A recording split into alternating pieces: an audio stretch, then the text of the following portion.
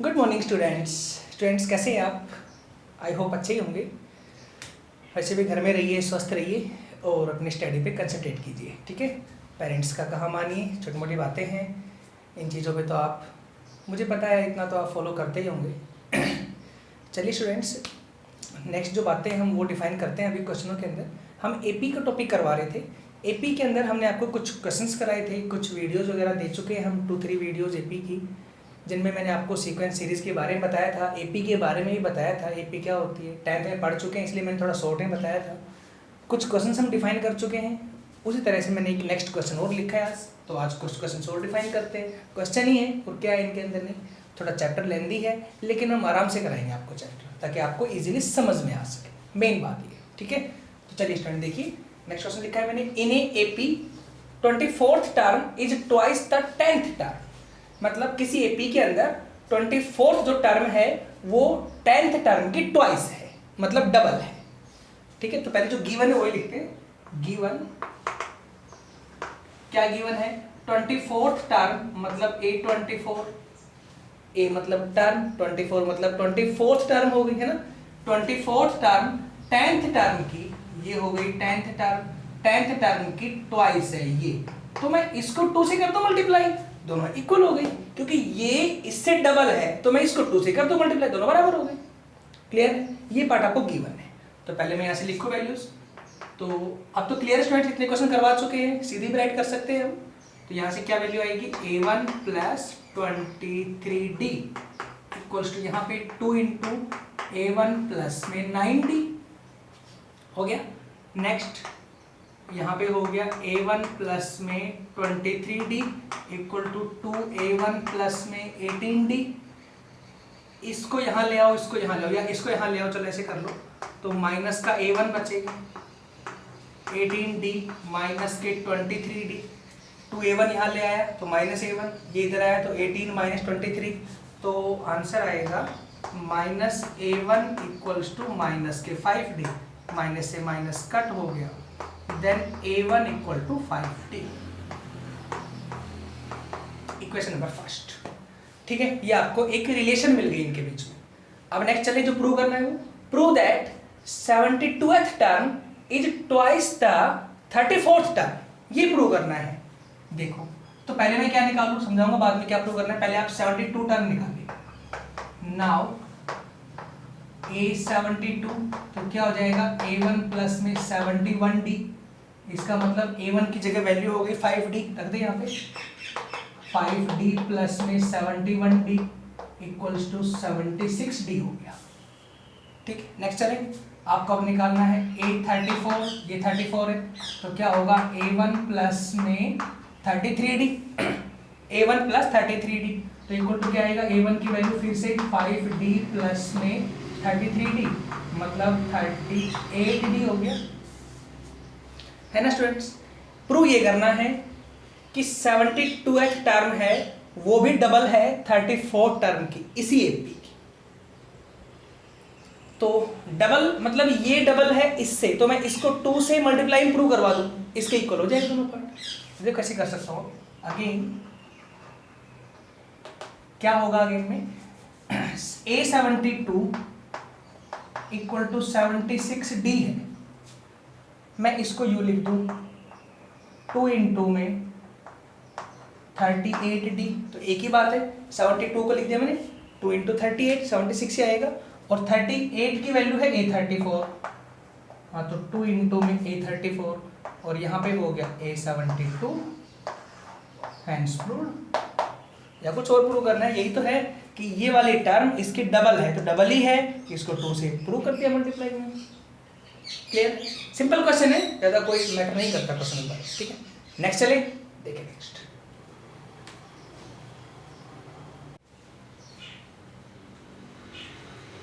देखिए students, next जो question लिखा है क्या है वो, prove that the sum of m plus nth and m minus nth terms of an AP is equal to twice the mth term. मतलब किसी एपी के अंदर इस टर्म का और इस टर्म का सम इस टर्म के डबल के बराबर है, ये प्रूव करना है, ठीक है। तो पहले जो 2 टर्म से निकाल लेते हैं, क्या है हमारे पास सॉल्यूशन। here पहले टर्म्स निकालो, ए एम प्लस एन क्या हो जाएगा, तो क्या होगा A1 प्लस में m plus N minus 1 into d हो जाएगा।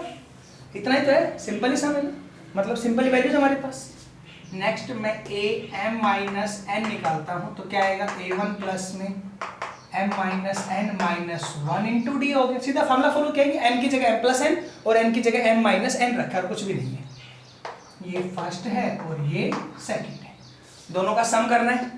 सम करो, ऐड फर्स्ट एंड सेकंड, तो क्या आएगा A M plus N plus में A M minus N equals to A1 plus में, इसके से कर लो value multiply, M D plus में एन डी माइनस में डी, यहाँ पे प्लस में A1 प्लस में एम डी माइनस में एन डी माइनस में डी।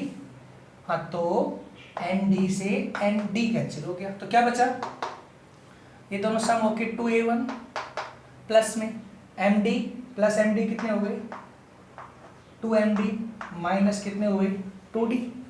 मैंने सब में से 2 कॉमन ले लिया, तो वैल्यू क्या बची A1 प्लस में m माइनस 1 इंटू डी ही बचेगी वैल्यू। मैं दोनों में से d कॉमन लेके अलग सेपरेट शो कर दिया, 2 बाहर कॉमन हो गया तो m माइनस 1 बचेगा। और ये वैल्यू am ही तो है, वही तो है, फार्मूला नहीं है क्या ये, 2 इंटू में am। तो हो गया ना, इन दोनों का सम किसके इक्वल हो गया, इसके साथ डबल के इक्वल हो गया, मतलब ये वैल्यू ट्वाइस है इस टर्म की। हेंस प्रूव, ये प्रूव करना था। ठीक है, ऐसे सिंपल सिंपल क्वेश्चन है ये वाले, बिल्कुल ही ज़्यादा कुछ हार्ड नहीं है, इसलिए मैं आपको 1 to 1 क्वेश्चन करा रहा हूँ, ताकि आपको भी नॉलेज में आते रहे क्वेश्चन कैसे किए थे और आपको इनकी ट्रिक भी आती रहे। ठीक है, देखें नेक्स्ट।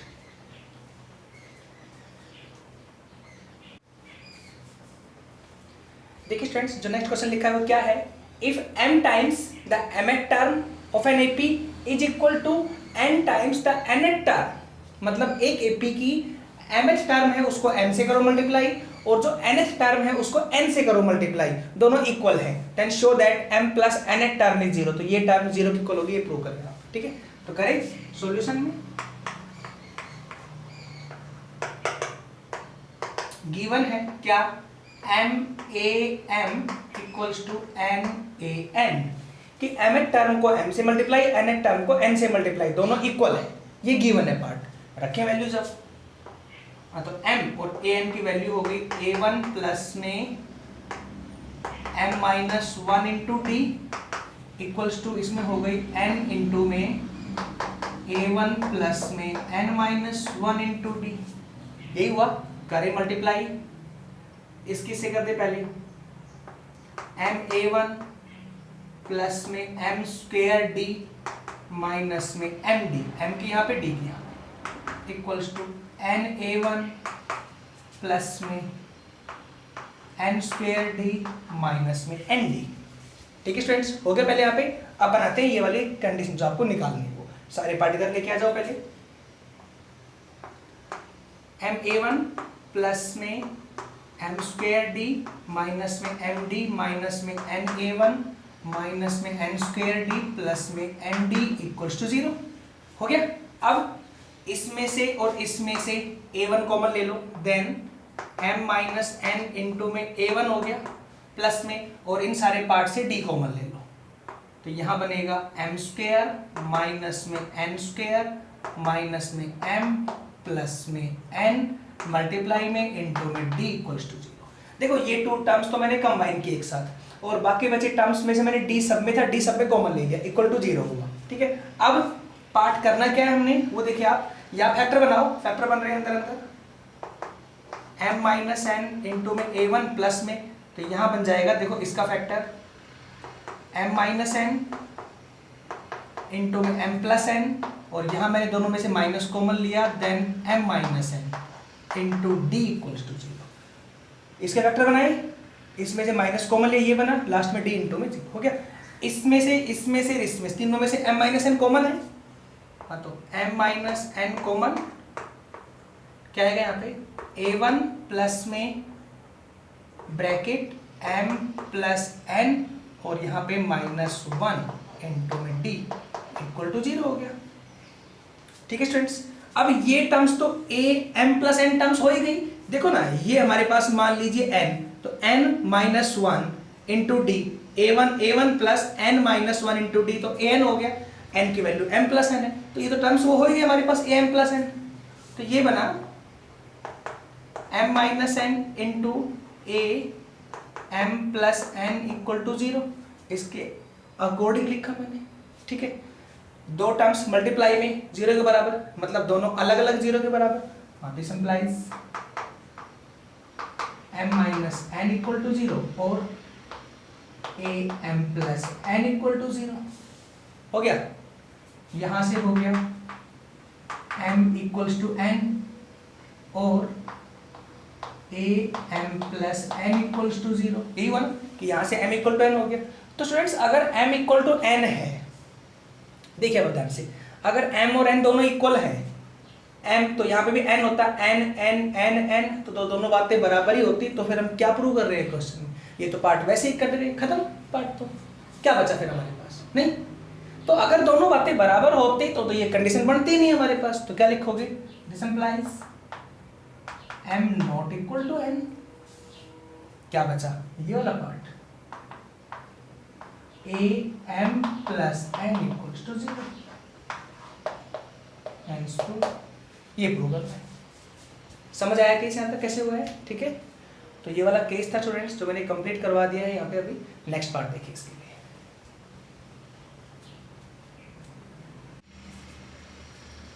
देखिए स्टूडेंट्स जो नेक्स्ट क्वेश्चन लिखा है वो क्या है, for what value of n, कि n की वैल्यू निकालनी है कब, the nth terms of the AP this and this are equal, मतलब इन दो AP की nth टर्म इक्वल है, देन n की वैल्यू निकालनी है, ये क्वेश्चन है, ठीक है। तो दोनों AP से मैं पहले n की वैल्यू निकाल लूं, मतलब दोनों से मैं an की निकाल लूं वैल्यू, an क्या आता है वही तो होगा ना nth टर्म्स उन दोनों के लिए। सॉल्यूशन, तो देखिए given to APs,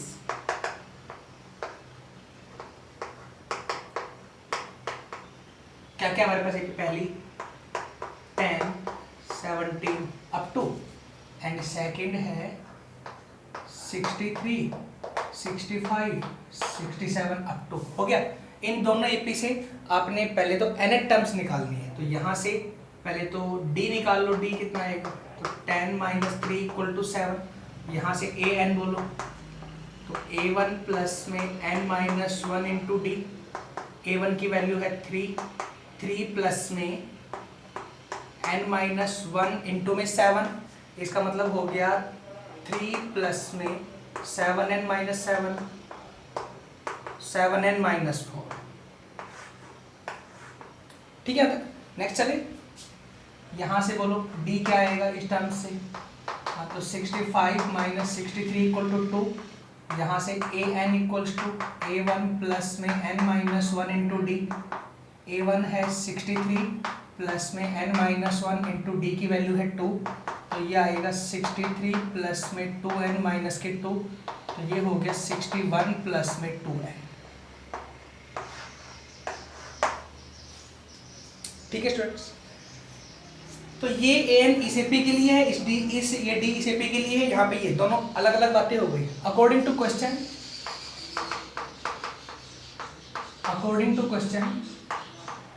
nth term of first equal to nth term of second, तो क्या आएगा, फर्स्ट AP में टर्म 7n माइनस 4, सेकेंड में रहेगा 61 प्लस में 2n, तो ये तो इधर आएगा तो हो गया 5n, ये इधर गया तो हो गया 65, देन n इक्वल टू 30, तो क्या होगा 13th टर्म इन दोनों AP की इक्वल है, ये है क्वेश्चन, ठीक है स्टूडेंट्स। नेक्स्ट पार्ट देखिए अब आप,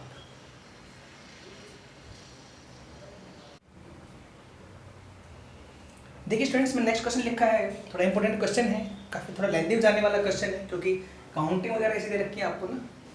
चलिए, in an AP this equal to this, इस एक AP के अंदर ये दो टर्म्स इक्वल है, पहले इन दोनों को सोल्व करते हैं स्टूडेंट, ठीक है, ये बाद में देखते क्या करना है। सॉल्यूशन, गिवन है AP plus 1 equal to 2aq+1, मतलब ये इतनी टर्म्स हैं, p plus 1th term, q plus 1th term, ठीक है। तो इनके अकॉर्डिंग आपको पता है p में क्या कर सकते हैं इसको, a1 प्लस में pd, इसमें -1 करेंगे ना तो 1 कट जाएगा, इक्वल टू 2 इंटू में a1 प्लस में qd, हो गया, a1 प्लस में pd equals to 2a1 plus में 2qd, हुआ यहाँ तक। d वाले पार्ट यहाँ ले आओ, a1 वहाँ ले जाओ, pd माइनस में 2qd इक्वल्स टू a1 बचेगा, दोनों का टोके, और यहाँ से आप d के निकाल दो वैल्यू, कैसे आएगी d की वैल्यू, ये दोनों कॉमन लेके वहाँ ले जाओ, हाँ तो a1 ओवर में p माइनस 2q, ये मेरे पास d की वैल्यू आएगी पहले जो मैंने निकाली यहाँ पे, ठीक है। वो किसी की भी निकाल लो, तक एक की वैल्यू आपको चाहिएगी ताकि हम सोल्व करेंगे आगे पार्ट को। तो क्या था, दोनों पार्ट इक्वल दे रखे हैं, इसका मतलब मैंने nth टर्म्स का फार्मूला लगा के ये लिखा, इससे nth का फार्मूला लगा के ये लिखा मैंने, आगे 2 से मल्टीप्लाई है, ये ऐसे हुआ, इस टर्म्स को यहाँ ले आया a1 और इसको यहाँ लेके आएंगे तो -2qd, दोनों में से d कॉमन, तो p माइनस 2q आएगा, वो डिवाइड में आ गया a1 इक्वल, ठीक है। यहाँ तक हो गया, यहाँ तक एक बन गई कंडीशन। अब चलते हैं नेक्स्ट, जो प्रूव करना है मैं उसको फर्स्ट मान लूं, प्रूव दैट दिस, ये प्रूव करना है ना आपने, थोड़ा शॉर्ट में कर दिया आप, लिख लिया, इसको फर्स्ट मान लेते हैं। अब यहां से निकालते हैं left hand side of first, जो प्रूव कर रहे हैं फर्स्ट की लेफ्ट साइड लेके चलते हैं, क्या आएगा यहाँ पे, a3p+1 इक्वल टू, तो क्या बनेगा स्टूडेंट्स, a1 प्लस में 3pd बनेगा, सही है, 3p+1 -1 आएगा, एक कैंसिल होगा तो ये बच जाएगा, मतलब 1 टर्म्स कम कर दिया। और क्या है इसमें, यहाँ पे रखो d की वैल्यू, हाँ तो a1 प्लस में 3p इंटू डी की वैल्यू हो गई a1 over p minus 2q, ये वैल्यू हो गई d की, भाई एक ही रखनी है, अब मैंने d की रख ली यहाँ पे, इसको आप सोल्व करें तो ये आएगा a1 प्लस में 3pa1 over p minus 2q, 3 क्या हो गया मल्टीप्लाई यहाँ पे, अगले पार्ट में मैंने यहाँ एलसीएम ले लिया, p माइनस 2q, यहाँ पे हो गया a1p माइनस में 2a1q, a1p माइनस में 2a1q प्लस में 3pa1, यही होगा 3pa1, हाँ तो ये दोनों प्लस होके 4 हो गए ना स्टूडेंट्स, 4pa1 माइनस में 2qa1 over p minus 2q, ये वैल्यू आ गई। मैंने ये लेफ्ट साइड निकाल ली ऐसे आ गई।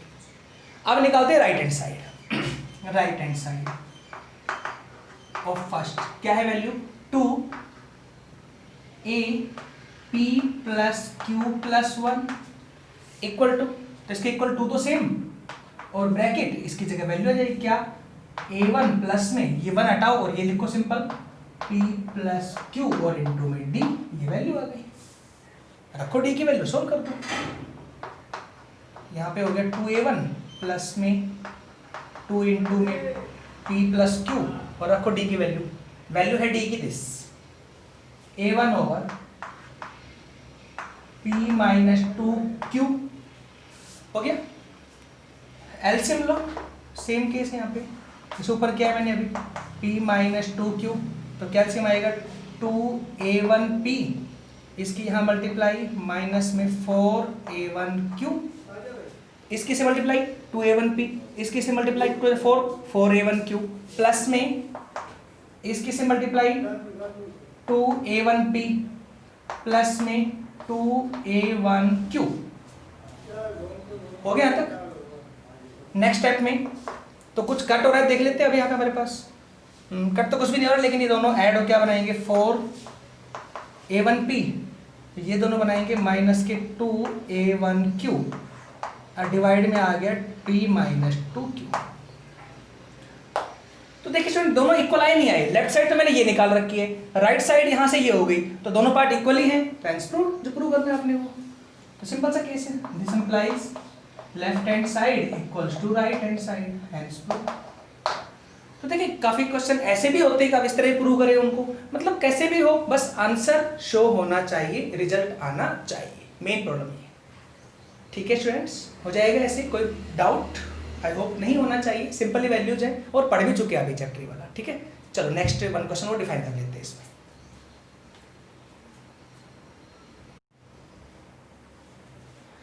चलिए देखिए स्टूडेंट्स, लास्ट क्वेश्चन कराते हैं आज के टॉपिक का, थोड़ा वक्त देंगे ताकि आपको इजीली समझ में आ सके। तो मैंने क्या लिखा है last, in an AP mth term is 1/n and nth term is 1/m, मतलब किसी एपी की mth टर्म तो 1/n है। तो देखो ये आपको गिवन है, क्या गिवन है, am इक्वल्स टू 1/n, हो गया।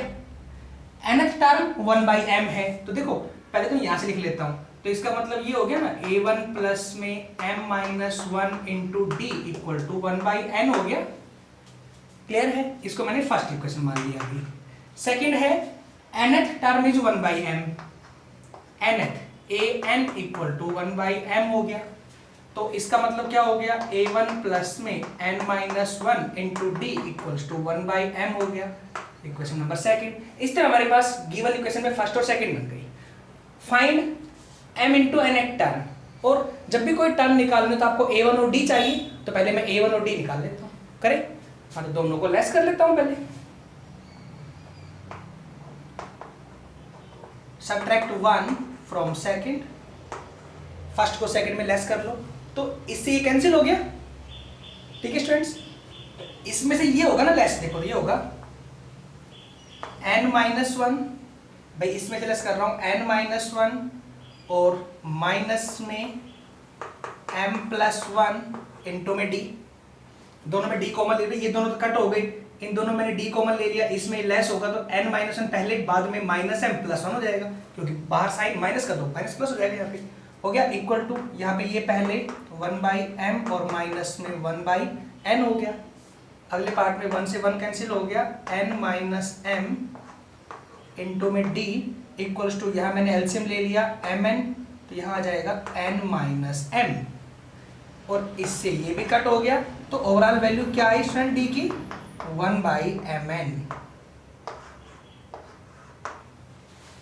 ऐसे मैंने a1 की ओर निकालनी है, अब ऐसे तो करते हैं, वही तो स्टेप बताया मैंने, a1 की ओर निकालो, इसको पुट कर दो फर्स्ट में, पुट इन फर्स्ट, तो क्या आएगा, a1 प्लस में m-1 इंटू डी की value 1/mn equal to 1/n, 1/mn equal to 1/n, first put किया है मैंने, तो a1 प्लस में इसकी से मल्टीप्लाई तो 1/n बचेगा, इसकी से मल्टीप्लाई माइनस के 1/mn आएगा इक्वल्स टू 1/n, दोनों पार्ट कैंसिल हो गए, तो a1 इक्वल्स टू इधर आएगा तो ये मिलेगा 1/mn, दोनों इक्वली आ रहे हैं, d और a1 दोनों सेम सेम है। ठीक है, अब करें नाउ, निकालना क्या है वो देख लेते हैं, निकालना है amn इक्वल, ठीक टर्म निकालनी है, तो इसका मतलब क्या हो गया, a1 प्लस में mn-1 इंटू में d, यही हुआ, तो रखो वैल्यूज, a1 की वैल्यू हो गई 1/mn प्लस में यहाँ पे वैल्यू हो गई mn-1 इंटू डी की हो गई 1/mn, हो गई सारी वैल्यूज, रखो सोल्व करो, ये 1/mn प्लस में इससे इसे करेंगे तो 1, इसकी से करेंगे तो 1/mn, दोनों पार्ट कैंसिल हो गए, तो amn इक्वल टू आएगा 1, ये आंसर हो गया, ये निकालना था इस तरह। ठीक है स्टूडेंट्स, समझ आया, तो आज का टॉपिक हम यहीं पे ख़त्म करते हैं। तो स्टूडेंट्स प्लीज़ वीडियोस को कंप्लीट देखा करें, बार बार कहता रहता हूँ, एक ही बात को रिपीट करता रहता हूँ, वो इसलिए कि आपको थोड़ा बहुत समझ में आ जाए, मेरी मेहनत बेकार नहीं जाए, इसीलिए, और कोई बात नहीं है। क्योंकि जब मैं ही क्या, हमारे जब साथी टीचर्स जो मेहनत करते हैं और उसके बाद अगर आपका रिस्पॉन्स नहीं आता है तो बहुत बुरा लगता है बेटे, ठीक है ना। तो प्लीज़ आप वीडियोस को कंप्लीट देखें। देखो समझ में नहीं आना ये कोई मैटर नहीं करता, काफ़ी चीज़ें हमें समझ में नहीं आती, प्रॉब्लम तो ये है ना कि समझ में नहीं आ रहा और फिर हम बताते भी नहीं हैं, हम टीचर्स को कहते भी नहीं हैं, प्रॉब्लम तो हमारे लिए ये होती है, ये बात है। अगर आप बताओ तो समझ तो आ ही जाएगा ना, फिर एक बार प्रॉब्लम हुई तो दोबारा टीचर आपकी हेल्प करेगा। हमारे साथी टीचर्स हमेशा आपके लिए इस चीज़ के लिए हमेशा रेडी रहते हैं। लेकिन आप अगर मेहनत थोड़ी बहुत खुद नहीं करेंगे तो फायदा क्या है मेरी मेहनत करने का, ये बताओ। अब आप सपोज कीजिए किसी घोड़े को प्यास लग रही है, अब मैं उसको पानी तक तो लेके जा सकता हूँ, कोई नहर वगैरह है या कोई रिवर वगैरह है, रिवर के पास मैं उसको लेके गया मान लीजिए, और मैं उस घोड़े को लेके जाऊंगा और उसको छोड़ दूंगा वहाँ पे। अब क्या पानी मैं थोड़ी पिलाऊंगा उसको, वो इतनी मेहनत तो खुद करेगा ना स्टूडेंट्स कि पानी को वो खुद पिएगा। तो हम तो एक वही है कि उस घोड़े को जैसे हमने रास्ता दिखाया है, हॉर्स को रास्ता दिखाया है मैंने रिवर तक जाने का, वे दिखाया है, इस तरह से एक टीचर का काम भी यही होता है, बच्चों को वे दिखाना, वे बताना कि बेटे ये चीज़ें सही हैं, इस तरीके से आप काम करें, ऐसे आपका सॉल्यूशन होगा, इस तरह आपका बेसिक है, ये क्वेश्चन है, इस तरह आपको बड़ों को कहना मानना चाहिए। हम तो ये बातें कह सकते हैं, बता सकते हैं, आपको समझा सकते हैं, इनके बेनिफिट बता सकते हैं, लेकिन उस चीज़ पे इम्प्लीमेंट करना वो तो बेटे आप ही करेंगे ना, हम थोड़े ना करेंगे। तो आई होप समझ आई होंगी बातें आपको। तो स्टूडेंट्स फिर कहता हूँ, प्लीज़ वीडियो को कंप्लीट देखिए और ध्यान से सुने, सब समझ आएगा आपको, ठीक है। चलिए नेक्स्ट वीडियो में और क्वेश्चन डिफाइन करते हैं। Thank you.